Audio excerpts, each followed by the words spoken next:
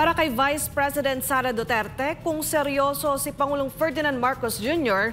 na panagutin ang mga nasa likod ng katiwalian, isang araw lang anya ang kailangan para tukuyin ang mga sangkot. Gayet pa ng Vice Presidente, huli na ang lahat sa plano ng administrasyon na magbuo ng Independent Commission para imbestigahan ang mga maanumalyang flood control projects. Narito ang balita ni Jason Rubrico. Ipinag-utos na ni Pangulong Ferdinand Marcos Jr. ang pagbuo ng isang independent commission na tututok sa investigasyon kaugnay ng flood control projects. We are putting together the EO that will create the independent commission. The independent commission will be the investigative arm so that they will continue to investigate whatever information is received. It will be sent to them. They will investigate it, and they will make recommendations as to how to proceed, whether kasuhan itong mga ito or i-ombudsman o dalhin sa DOJ, whatever it is. Pero giit ni Vice President Sara Duterte, huli na ang hakbang na ito ng administrasyon. Ulit yung administration. Alam naman na natin yung problema na corruption sa flood control. Hindi lang sa administrasyon na ito, sa mga lahat ng mga dumaan na administrasyon, hindi lang sa administrasyon ni Pangulong Duterte. Alam na natin yan lahat. Naging mayor ako 2010.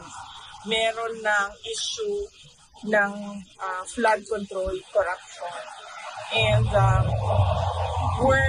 mas worse lang sa atin ngayon dahil sinasabi ko nga, hindi lang naman flood control projects yung merong corruption.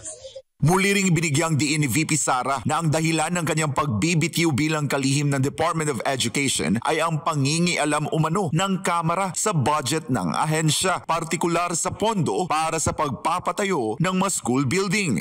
Sabi ko nga, in-attach yung pinaghati-hatian ng members of the House of Representatives ang SBP, School Building Program budget ng Department of Education. At hindi lang yun, in-attach pa nila yung listahan doon sa House version ng GAM.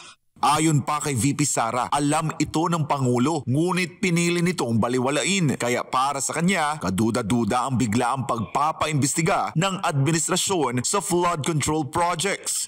Magdududa ka kung bakit bigla ngayon ay merong silang malabas na malaking investigation ng flood control projects. Sabihin, meron na naman siguro silang niluluto behind the scenes na syempre hindi natin nakikita dahil lahat tayo nakatutok doon sa flood control corruption. Git ng bise na malinaw na kung gugustuhin, kaya ng Pangulo na matapos agad ang investigasyon. Kung seryoso lang talaga ang Presidente, tapos na yan, isang araw lang, matuturo niya lahat ng may kagagawan ng corruption sa budget. Pero, well, as you can see, parang nanonood tayo ng Venezuela. Para sa Diyos at sa Pilipinas kumahal, ako si Jason Rubrico, SM9 News.